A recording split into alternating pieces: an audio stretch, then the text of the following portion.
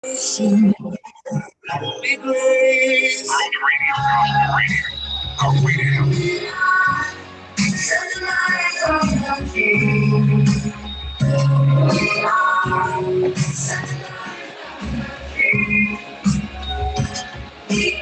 Radio, Gospel Radio, our way to help. One king and one kingdom, making people feel like family. Growth Radio is growing with a new program, Interview with the Authors. Local authors, regional authors, international authors, new authors, and well-seasoned authors too. Join us every Thursday evening from 7 p.m. to 8 p.m. AST. We're interviewing authors, and who knows, next time we'll be interviewing you. Interview with the Authors every Thursday, 7 p.m. to 8 p.m. on growthradio.com. Growth Radio. Growth Radio. Growth Radio. Growth Radio. Good evening, Growth Radio listeners. Wherever you are, I just want to say welcome, welcome, welcome again to another wonderful segment of Interview with the Authors.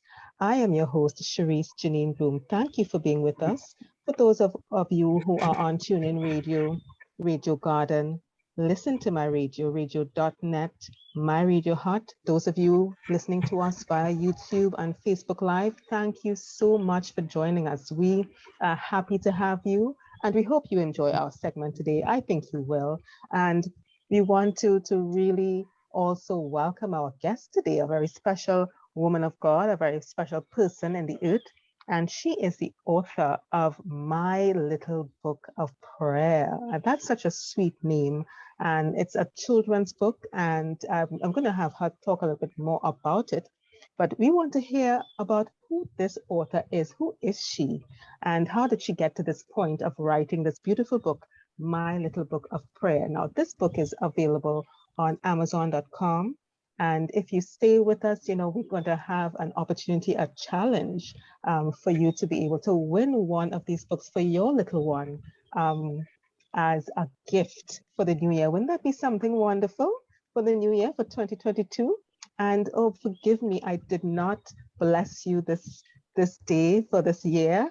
Happy New Year, everybody. Happy New Year. God bless you. God bless all that He has placed in your hands to do. I pray that you will be healthy and prosperous for 2022. So, without much further ado, I want to welcome our guest for this evening, Minister Theodora Akpan. Welcome, Minister Akpan. Well, thank you very much, Sharice.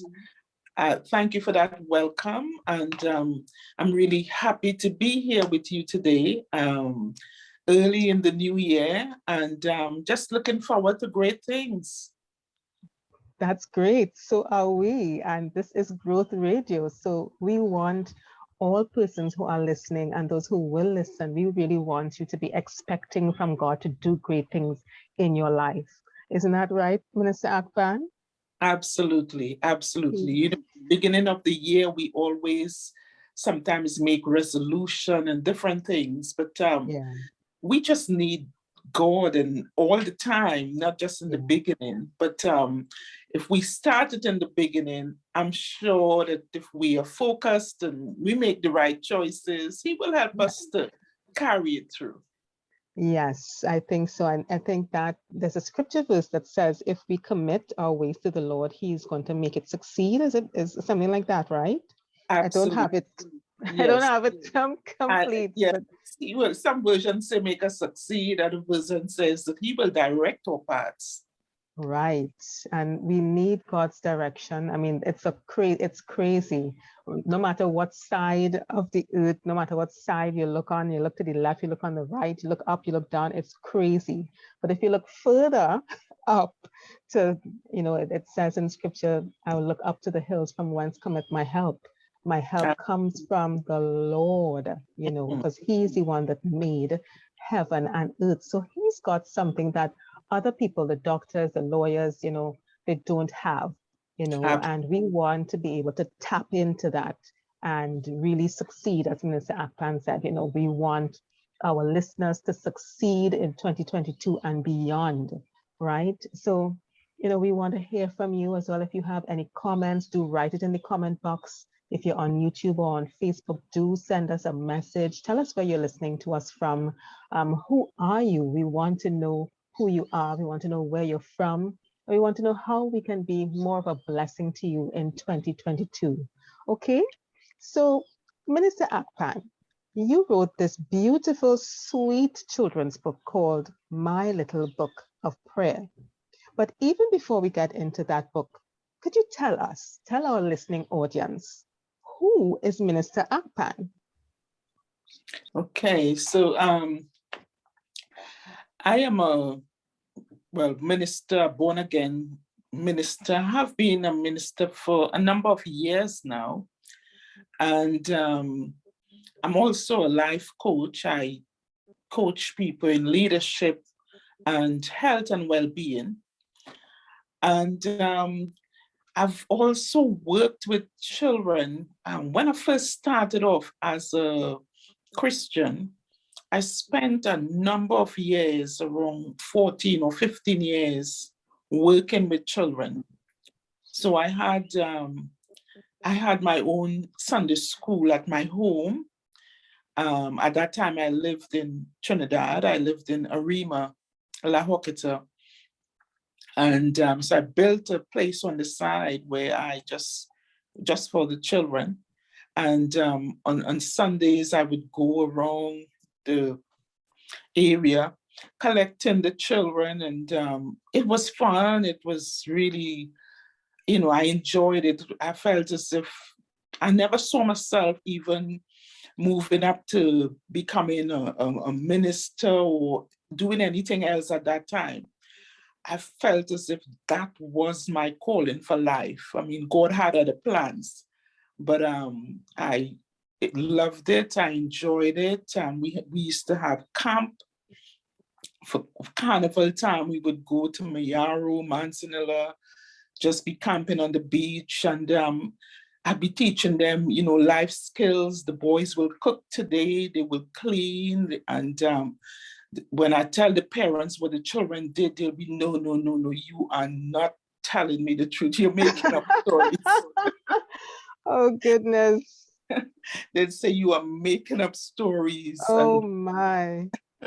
I'll say to the children, you tell them what you did, and parents couldn't believe it, but they were cooking, they were cleaning, very competitive, but they were doing it with joy and learning skills and things like that. And even work, we made it fun.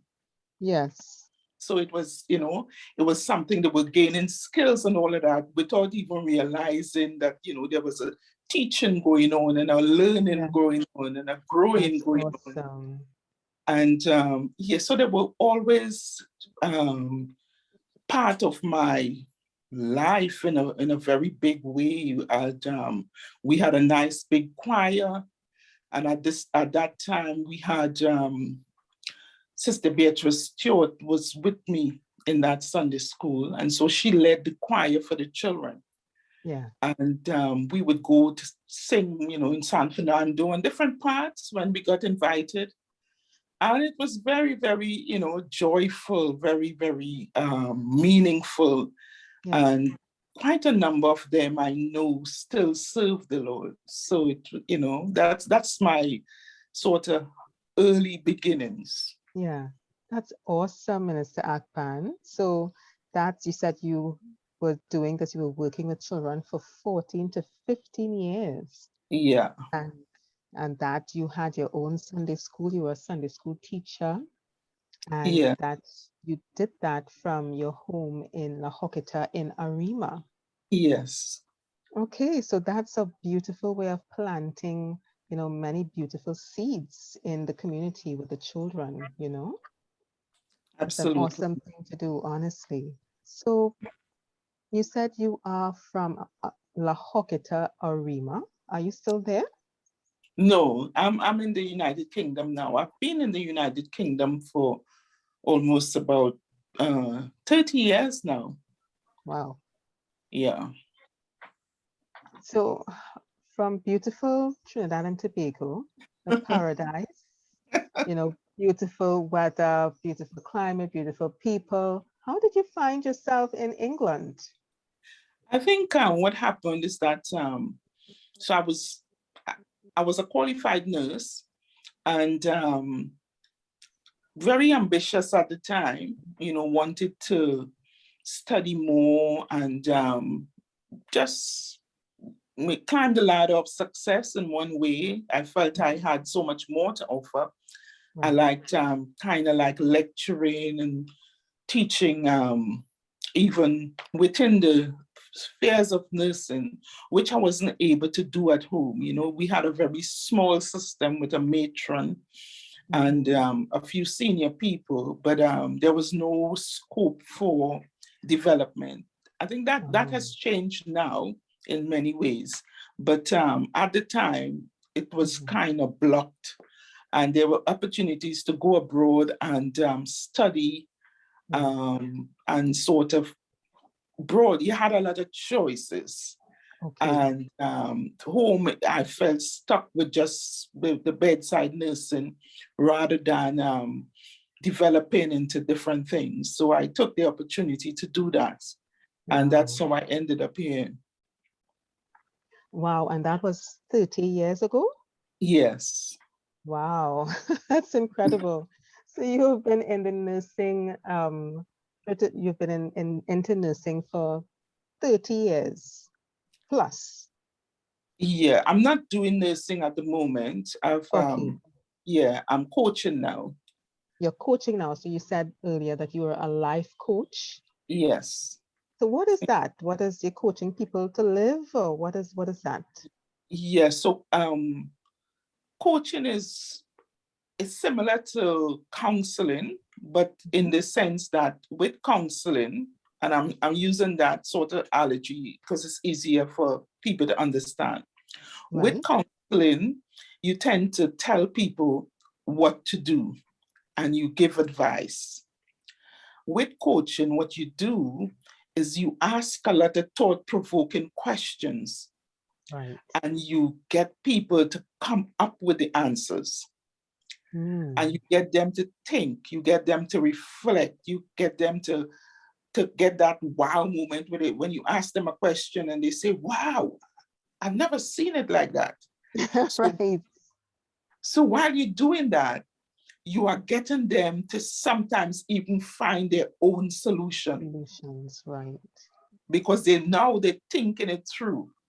Yes. Rather than going to sit with someone who tells them what to do and they're not a part of the process. Right. But when they're thinking it through, they're realizing, now, wait, I am actually solving this problem. Yeah. I am actually now realizing that I have choices, I have options, there are different ways. I'm now seeing the reality of this thing. So then from there now you could look at, okay, so with this new information, I can look at the way forward and I have different options, which will suit me best, what is the outcome that I want? Right. And depending on the outcome that you want, then you could make a choice based on that outcome. So the coach will help you, guide you with the questions. Right. And help you to take you to a place where you open up the issue and you could see it from a bigger perspective, sometimes a different perspective, and you realize, wait, this is solvable, and this could be, this could be solved, this could be changed, right. And I could do this. But as opposed to a counselor, I guess when you need counseling, sometimes is when you have a very vulnerable person in a very vulnerable situation, and you just don't have the capacity to be thinking at the time. Yeah. So sometimes the same person could need counseling in a particular situation where they're vulnerable. Yeah. Mm-hmm. And then that same person now could need coaching where now it's time to kind of take responsibility and let's work this thing out. Right. So I would think perhaps a lot of times, and even as a minister, that the life coaching and the counseling, they merge in sessions. Sometimes they will. Sometimes, yes. Yes. So, I mean, sorry, go ahead. I was just about to say that, it's just that sometimes you just have to assess who you're talking to and who your target audience is and what it is you want to do for them or help them with. So that if you have a group of people, for instance, when we're dealing with women and abuse and people who probably have low self-esteem, you kind of want to coach them to help them to take back everything that they let go of. So you want them to have an active part in it. Because if you always tell them what to do, then they will always wait and they'll do it because you say, but they have to do it because they come to that realization that this is the right thing for me in this situation. Right. This is the right thing for each individual. And for each individual, it be very different from the other individual, right? But Absolutely. But this life coaching, it seems to be very helpful. So what has been your results like since you've begun, and how long have you been life coaching as well? So I started coaching during my nursing career. I would do what you call in-house training for nurses. And then I started to kind of shift it. It just came kind of natural to get more involvement from people. So then I started to literally coach people at the time without even realizing I was coaching. Then when I realized, oh, this is what I'm doing, then I went to get the formal training. Right. But some of the results that I see is that it helps to build confidence in people. It helps people to find their voice when they realize that, wait, I am valuable.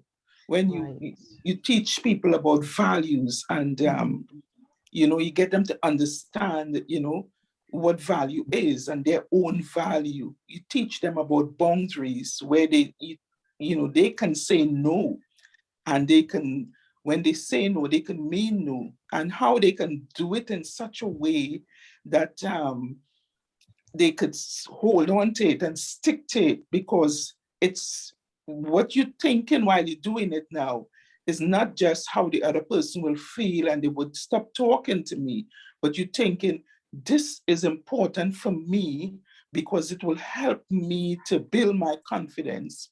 It will help me to get the right outcome, because I would say yes because I'm afraid of the person's anger.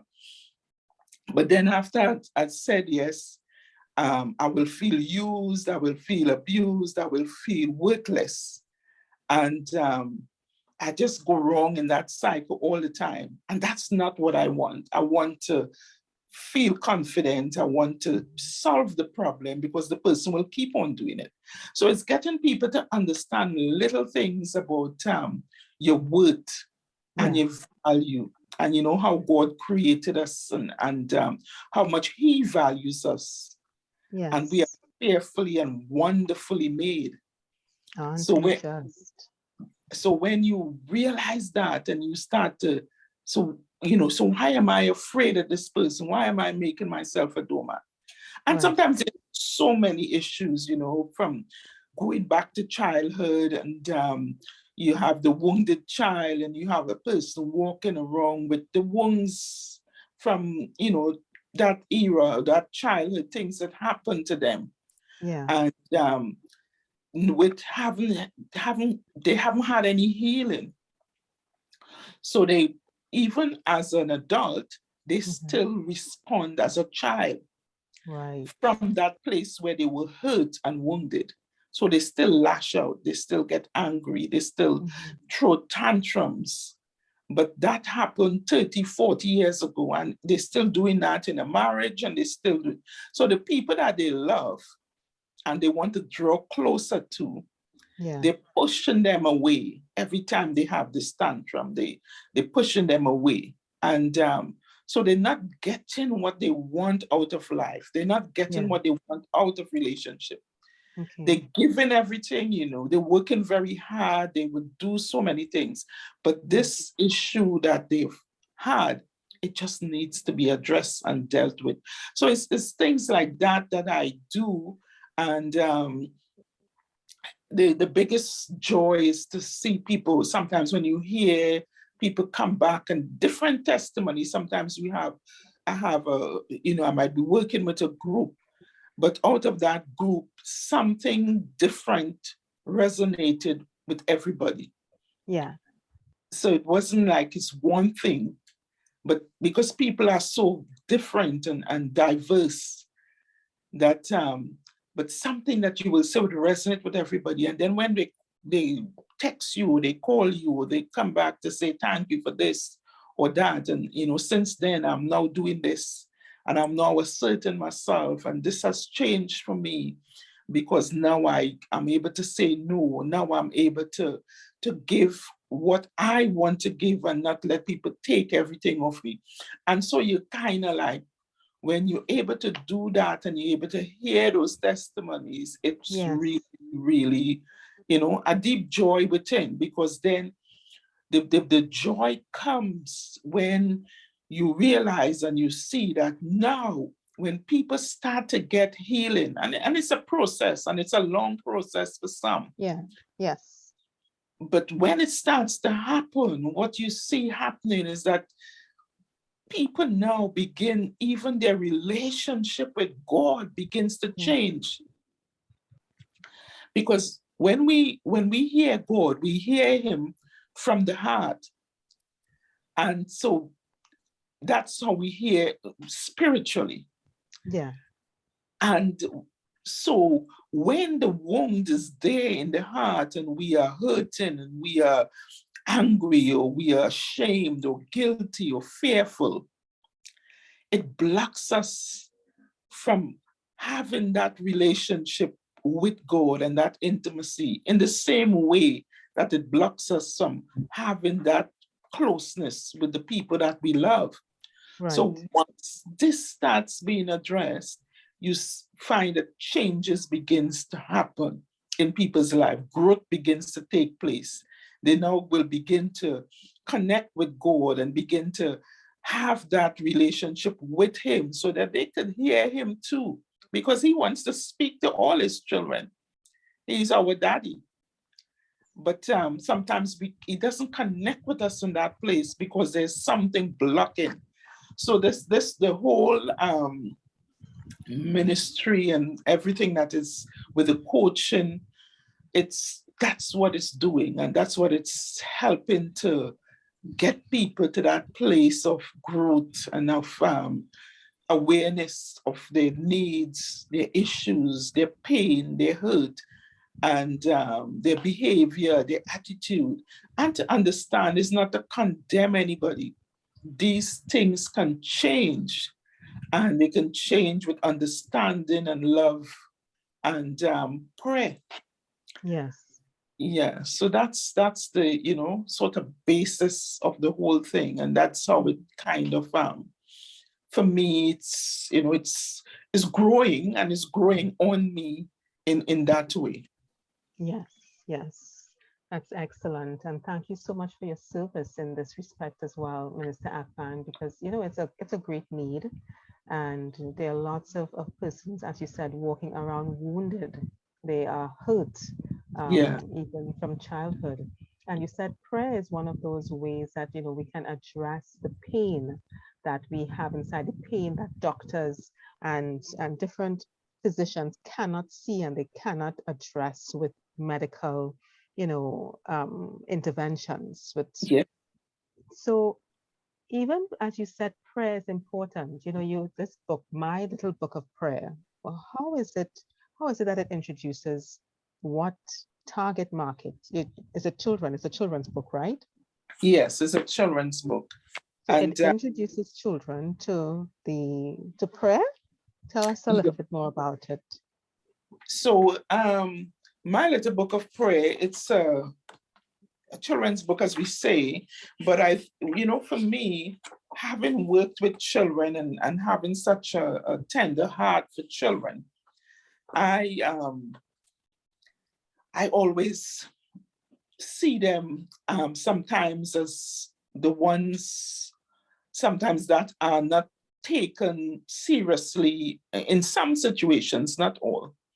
But sometimes as adults, we make assumptions that the child is okay because we have provided them with food and clothing, maybe shelter, and an education. And the needs of the child, the emotional needs of the child is often ignored. Sometimes you have parents that argue and fight in front of the children, and the children, the amount of children that I have encountered that would cry and say that, you know, I felt that it was my fault that they were arguing. Right. You know, and then they would feel that they were responsible to change that or to make it happen. And sometimes they would think if they run away or if they wasn't there, then they would love each other. And some of the children will see abuse and they would feel so helpless. Right. In the situation where, you know, a father is hitting a mother or a mother is, you know, swearing at a father and they calling each other's dirty names, and you have a child there. And so when these things are happening, and they happen so often, much more often than we care to actually acknowledge. Yeah. And while these things is happening, this is a soul, this is a life, a precious child that Yes. God has created that is being exposed and damaged by all these different encounters. And that child at that point, like the very first page of the book, yeah, it starts with "Dear God." And it starts with a question. Yeah. And it's, are you really there? Wow. Can I depend on you when I'm in trouble? Mm-hmm. Can you do all that you say you can do? Will you really understand when no one else does or has the time to? Wow. Because sometimes a child is being bullied in school. Yeah. And you're trying to tell your father, but he is so preoccupied with work and bills and other things, he can't hear you. Yeah. And you're trying to tell your mom, and sometimes mom could have different issues. Maybe she's not assertive herself. Maybe she too is being bullied. Yeah. So she doesn't stand up to her bully. So then she doesn't, for her, it's something that you need to take it, to suck it up, or just walk away or move away. And so there's no direction and help for the child. Some teachers are overwhelmed. Yes. And they kind of like just looking for the, you know, the school bell to go. Some of them will try to deal with some things, but sometimes it's too deep, it's too many children. They don't have assistant in school to help them with the workload. And they're trying to correct 40 children's work, 30 children's work. And they're overwhelmed. Yes. So some of the easy things, the probably least pressing things would be, you know, stopping to spend, because it will take time. Yeah. For you to stop to deal with this issue and to show this child some unconditional love and acceptance and to make them feel better, you would need 10 minutes to do that. Yeah. So that you two don't make it worse by just going in for 2 minutes and saying, oh, please, stop it, sit down, do this, do that. Yeah, dismissively. Mm-hmm. Yes. And so children go through all of that, and we don't see it as problems sometimes, in the sense that they look healthy, they come into school, they might be clean, they might be, you know, and you think that it's okay, but it affects them mentally, it affects them emotionally, it affects them spiritually. And so I, with this book now, the whole idea is for them to know that things will go wrong at times. There will be trouble at times. There's pain at times. There's doubt and there's confusion at times in a child's mind. And there are questions in a child's mind that they ask, and questions that nobody answers for them. So the book tries to ask the questions and answer some of those questions, or at least get them thinking along the line of, so are you really there? Am I your precious child? Right. So while I continue to, then God answers. He would say, you'll need to trust me, believe in me, just rest in me a while, and different answers in different situations. Mm-hmm. But then if you have like a Sunday school teacher who is using this book, or a parent who is using this book, or an aunt, or uncle, anybody, they can use this book and sort of have a big conversation with their child or children or whoever, because it asks thought-provoking questions. Yes. So while it's asking these questions, it gives you an opportunity now to strike up a conversation that you might have found difficult to strike up. Yeah. And now you can have an opening to have that conversation with the child and to talk about God and being there and that sort of thing. And then the other page goes on, I am there, I am here, I am everywhere. So it's the word of God. Right. He's omnipotent, he's omnipresent, he's, but it's just breaking it down for a child. So that they too can understand that God is the supreme power in the universe. He is here, he is there, he is everywhere in their own language. I am the mighty God, the all-knowing one. Yeah. The most important of all is that I am available for you. So that, they can have a relationship with God. So the whole idea behind it is, look, whoever is reading this with this child, and some children can do it themselves. Yes. Can, open it up, enlarge it, use it as an opening for that healthy conversation about God and his presence and who he is, what he does, and his availability for us as a child and as a, I did one recently in a church in Bristol, and I took the Sunday school for them, and we only got to the first page because we had so much discussion and so much conversation. The children, they were putting up their hands, they were excited, we're chatting, and it just opens up the conversation. And it gets them talking, and then you could find out, so how do you feel when you pray and God doesn't answer? Because there's one that, why pray? And so then they start to tell you how they feel, and they start to tell you what they think, and they start to tell you different things. So then you could talk about it. Yeah. God, he does answer prayer, but how does he answer prayer? Right. Because for a child, you ask for money, or you ask for daddy to stop hitting mommy, and daddy still continues, and things like that. So you will lose faith in God. Everything will seem so far away and so far-fetched to you that you will disconnect. So it's getting children to understand that, there are things that is having faith in God, loving God, accepting Jesus doesn't mean that all of these things will go away. But it does mean that God is there. He is God.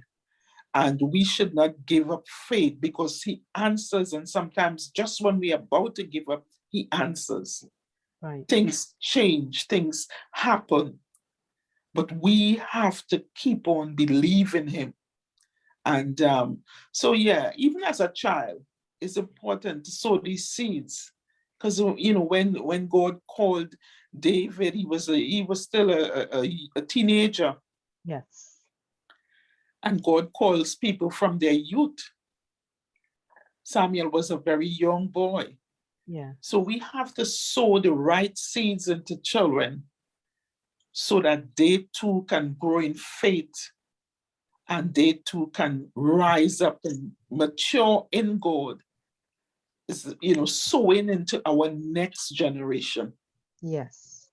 And that thing about, teaching them that, you can be whatever God has put in you and said you will be. You can be that person that you desire to be.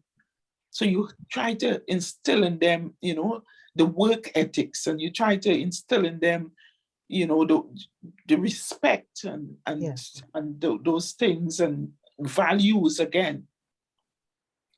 What do you want to be when you grow up? Yes. What's important to you in life? And as children, it will make them think what's really important. And it can make the difference, because you see, children will they might tell you, my friends are the most important thing for me in life. Or they might tell you, my toys are the most important things to me in life. But when you teach them and you help them to understand values, yes, and to understand God's love, to understand parents' role and their love, and sometimes people are different. So your dad may not be the huggy, lovey person right, that you would want him to be, but he is dad. So you try to get them to see it, to understand it, to accept certain things, so that they don't grow up thinking that it's all about me. right, I need to give love too, and when you give, you receive more. right, So you what kind things can you do for someone today? What kind things can you do? Oh, your mom made this, she did your hair, she yeah, sewed your uniform, she did this. What can you do for mom to really surprise her and show her that you appreciate her? So it's these things that we have to teach children in Sunday school and everywhere, that they have choices. Even as a child, you have choices. And the choices that you make will affect your future. So we teach them that, make good choices, and you will have a good result. And you make poor choices, and there's always a consequence. So even as a child, they make choices all the time, but we have to speak their language to get them to understand that it's choices they're making, and what can help them make a good choice, and what will help them make a bad choice, how good choices will affect them, how bad choices could affect them, and which one do they want. And everybody will tell you they want the outcome from the good choice. So then you have the opportunity now to guide them as to how to do that and how to make that, so that they can be successful and happier in life, with a better outlook, a more positive outlook. So these are just, some of the things that in the book, and God, let us pray is another area. yeah, Then I have the one about unanswered prayer and what happens there. mm-hmm. And then, now help me, you're in trouble, you need help, or there's something that it's troubling you. It may not even be at home. Yeah. It may be at school. It may not be you. It may be a friend who comes to school without lunch. Yeah. And dirty clothes, and you feel sorry for the person. Other children laugh at them. And different things. And a child sometimes struggling. Sometimes children have, attention deficit and different things that going on for them. And they can't focus because of other things that preoccupying them at home.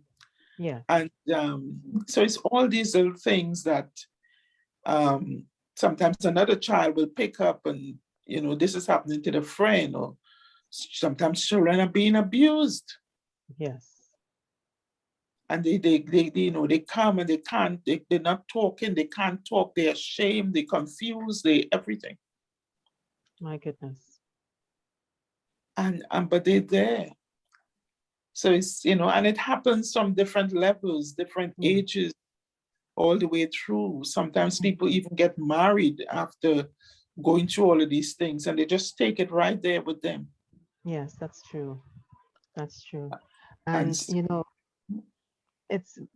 is not an easy subject. Their life comes with a lot of burdens for some people more than others. Yes. And it's difficult when we see children bearing those burdens. It really is difficult. But you said that this book speaks their language. It answers it asks and it answers questions that children would ask. So even parents who might not know how to address or how to come and talk to their children about tough issues, tough questions that they have in their heart, this book is for them. This book is for that parent. Yes, because they could use it to start the conversation. Right. Yes. And as children are curious, and they're supposed to be. And children, they, as you said, they're disappointed when they see things happening in life or in the home that looks opposite to what's inside their heart or inside their mind. Children want their mom and their dad to be at peace with each other, to love each other. And when that isn't happening, there's dissonance in the mind, right? There's emotional fragmentation and some confusion happening in their emotions, in their heart. And as you said, this book addresses even that. It tells them, it guides them as to what you can do when things don't work out, when things don't go the way you think it should. Yes. Yeah. So it's a very important resource for parents and Sunday school teachers, as you said. And who else is this book for? I think parents, Sunday school teachers, even older children who can read it for younger ones. Yeah. Brothers and sisters, aunties, uncles who can read it for nieces and nephews. Anybody can put their hand on it, and they have a child with them or around them. Yeah. That can help them to really come in alignment with who they are, who God is, where they are, and help them to pray. Help them to pray. You'll be amazed how much children understand and how much they can take in.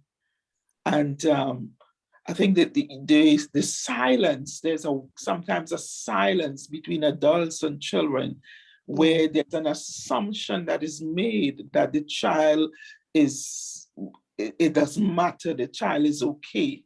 Right. Say certain things around them or do certain things around them, or sometimes the silence around them, the child picks it up. Yeah. The child picks it up. Yes. And so the children now, they hurt like us. They suffer as well. And there's not a lot of attention that is paid to that until most of the times what happens is when a child breaks down. Yeah. And then you have psychologists and all the different services, Yes. social services and everything getting involved. But sometimes it doesn't need to go that way. Right. If everybody is, sensitive to children's need, it doesn't have to be your child. If you have access, you can help a child, you can maybe even children in your community, neighbors, whatever, just kindness sometimes, and, just making them feel valued. Hi, so you just finished tests. What was your result? Oh, I got an A in this. Oh my gosh, you're a little genius, and you start to tell them little things that make them feel really good. Before you know it, they'll be fighting to get more A's to come and tell you. Because you're saying something to them that is bringing out something in them. You're telling them something that they're not used to hearing. But it makes them feel special. It makes them feel important and unique. And it draws them to you because you are bringing out that uniqueness in them, and you're bringing out that, making them feel valued. And so as you do that, they will connect with you. So it's, different things we can do for people that is sometimes not always to give money or to give something physical, but kindness and compassion and acknowledgement, Oh, that's a lovely hairstyle you done there. Who did that for you? I did it myself. Ooh, wow. You must do mine. Things like that. And then they start to do it more and more. Before you know it, they become a stylist, a really #1 stylist, because somebody saw something in them and that made them connect with, wow, I could actually do this very well. Yes. And it's those little things where, we need to give them more acknowledgement. Right. And yes, we will correct them as well. But sometimes the behaviors there's always meaning to every behavior. Yes. Yes, so that is, sorry, go ahead. Yeah, no, it's okay. Yes, what you said there, that there's meaning behind every behavior. And that is something that I think a lot of parents can struggle with when they see the children, they react or they have outbursts. And some parents just don't understand, why are you behaving this way, Absolutely. I mean, this is a very, very important topic, Minister Akpan, and I'm sorry we won't be able to get through all of it in just the little time that we have. So I do want you to come back and speak further on this, because there are people who still have questions. So, we're talking about these life issues, these life-size issues that our little children, our neighbors, our nieces, our nephews, they sometimes put it on their shoulders, not knowing how else to deal with it, but even our children and our parents and our siblings, they also are dealing with different burdens. Yes. Is there help? You said you've been in the healthcare system for over 25 years, and that you are currently a life coach. Is there any other kind of help that persons could get if they want to just get these burdens lifted from off their shoulders, from off their minds? I think that the biggest help that people need right now is more awareness of how these things affect all of us. And our children, how it affects even adults that never dealt with it into adulthood. And sometimes it has to start with individuals kind of getting tired of situations and deciding, look, I need help. Right. And I need some kind of help here. And I will take a step, I will take a risk, because when people are used to certain patterns and behaviors, sometimes they think that that's how it is and will always be. Right. And so they don't seek help. And so sometimes even when you're giving free help to them, Yeah. They still struggle to actually accept it or to come on, because sometimes the oppression on them has been so much, yeah, that they don't see another way out. right. So for those who are in positions, like I would say that, responsibility, and those who have seen the light, yeah, I think a big burden rests on their shoulders to take that light to the ones who haven't seen it, and to encourage them, sometimes give them opportunities to come and maybe a free conference, a free workshop, different things for parents, for children, whatever can be done.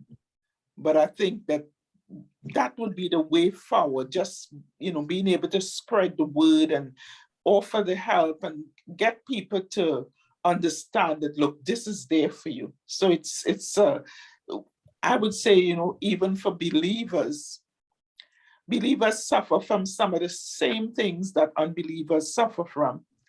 And you have so many wounded pastors and preachers and teachers. And sometimes people go to church and they get a lot of pain and grief. But people are doing it out of a well-intentioned place. But you can't take somebody further than where you are. Wow. And if you are not healed yourself fully, you may be healed in some areas. Yes. But if you're not healed fully, you can't give that healing to anyone else. Right. Wow. You can't give what you don't have. Right. That's so true. And it's something that we discussed even with one of our other programs, Who's Your Daddy? A lot of persons have that father wound. And, they're looking for love from their dad. But if their dad did not receive that himself, and unless there had been some kind of, a meet up with Christ and that love, then he cannot give to you what he himself has not received. Absolutely. It's just like a foreign language, speaking of foreign language. Absolutely. Yes. So Minister Akpan, you talked about, offering, free help in diverse places. And you were talking to us earlier about the transformation that people go through when they come and they do that life coaching. Do you have any free courses? Do you offer in your ministry? Do you offer any free counseling or any free coaching? I do on a regular basis. I would say at least every 3 months or so, I will do a free course. And I have a free one coming up on the 8th of January, a free workshop, and that's creating and navigating my own mental health well-being. And it's, again, we would deal with emotional issues, we would deal with the pain, we will deal with our mindsets, how we think, where does our thinking come from, how it shapes our action, what we do, and then that shapes the outcome that we get. So it's it will help to see the different connections, but it will also help us to understand our emotions and how we can manage that, how we can control it, where it comes from. And the more exciting things that, we have our emotions, but then we need to understand that emotions, Jesus had and showed emotion. He showed so much compassion and love. And so there's godly emotions that we can use from the Word of God to replace negative emotions. Right. But that could only come with understanding the Word of God and how it works, and going through the process to acknowledge your negative emotions, where it came from, and to be able to, to visit that place, not to stay there, but to go there with the Holy Spirit and to deal with it there in that place, so that it can be replaced and you can take it off and put on the emotions of God so that you can have a change happening, a transformation happening. You can get that joy and that peace. And sometimes, even though your situation hasn't changed, but you change. And as you change, you see it differently, you do it differently, you triumph and you conquer. And people would look and say, some people might even say, oh, that person's a hypocrite. They can't be doing this, that, the other, and they're smiling like that and they're doing like that because they don't understand. They don't understand, yeah. You know, and then others will look and be in amazement at how that person can have that peace. Yes. But it's that peace that passeth understanding, because, you know, we can't be fooled. Everybody is going through something. Yes. Especially when you love the Lord and you want to live for him, the enemy will come. But how do we walk in that peace? How do we walk in that joy? How do we walk in that hope and that faith and that strength? Yes. And continue to serve others and to do his will. And so it's through the different coaching programs, we will deal with different things and help people to come on board and to, you know, for some it will be a starting of a journey. For others, it will be a continuing of a journey. And but towards a goal of, you know, victory and triumph, and being able to achieve their goals as an individual and sometimes even as a Christian community, and just fulfill God's purpose, the reason why you on this earth. So, yeah. So that course that you said is happening on January 8th, excuse me, that how can persons be able to join that? Is it for everybody or anybody? Anyone. This one is wide open. Okay. So how can they get information concerning this? Well, I'm not, they can get information from me they can email coaching with ta@gmail.com. And they'll get information. I'm not sure if anybody would be able to probably get the flyer, or if they ask Growth Radio can also point them to me. Right. And I'll be able to send them the booking form. Okay. So yes, that free coaching is available. It's happening on January 8th, 2022. Not a lot of time. So if you want to get involved, please do go to Growth's page. You're going to see it on Growth Radio's Facebook page. And is there another way that we can contact you, Minister Akpan? Yes, you can contact me on my WhatsApp number. So that would be 868. No, it's +44 from here. From you would have the +44. So so that's +44 074 82 312 453. Okay. All right. So that is +44 074 823 124 53. Yes. All right. We're going to put up that information on the Growth's Facebook page.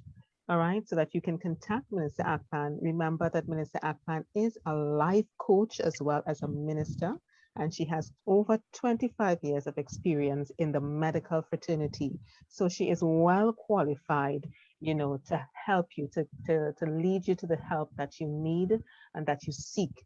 All right. So we're really very grateful to those of you who have joined us this evening, those of you from TuneIn Radio and those from Radio Garden, Listen to My Radio, radio.net, My Radio Hot, those on YouTube and Facebook. Leave us a comment. Tell us what you need help with. You know, we want to hear from you. We want to be able to help you We want to be able to lead you to those streams of living water, as the scripture speaks about. We want to see you grow.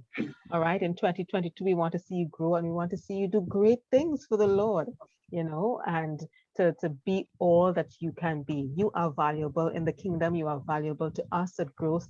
And we want you to be all that you can be, you and your children, you and your household. So we really want to say thank you so much, Minister Akpan, for joining us this tonight. And we have one more chat with Minister Akpan coming up next week, please God. I hope you're going to join us again as well. And that chat, we're going to try to give away one of her books, My Little Book of Prayer. All right, it's a beautiful book for children, and it's introducing them to the concept of prayer and a practical demonstration that they can use to teach them how to pray. And they can use it with their friends at school, or when they're feeling alone or afraid. This book is a beautiful resource for parents, for Sunday school teachers, and for anyone who has children around their environment, to strengthen them in their inner man, to strengthen them emotionally, psychologically, so that, they can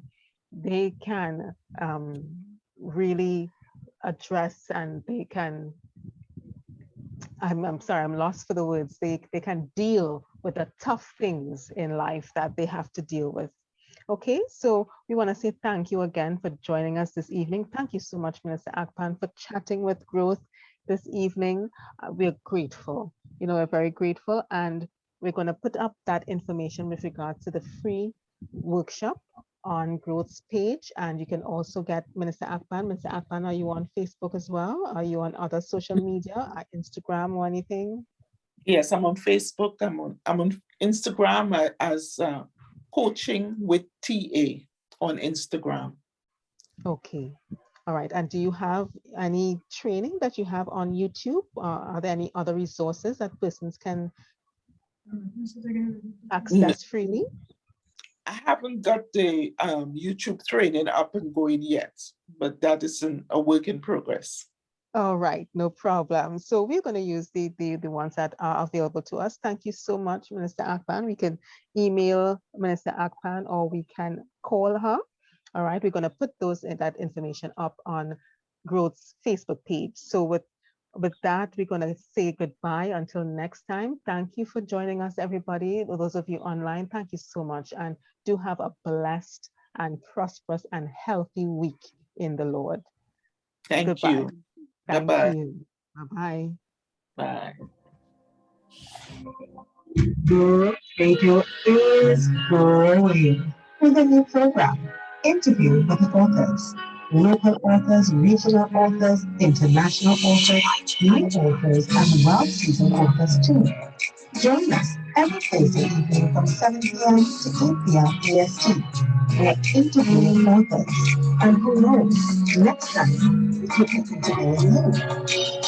Interview with the Authors every Thursday, 7 p.m. to 8 p.m. on growthradiopt.com. Growth Radio. Growth Radio. Growth Radio. Growth Radio. This is a message to the saints. The table has been set, so take your place. There is no more condemnation. There is only grace. Growth Radio. Gospel Radio. Our way to heaven. Such a life on the king. We are such a life on the king. Growth Radio, Gospel Radio. Our way to heaven. One king and one kingdom, making people feel like family.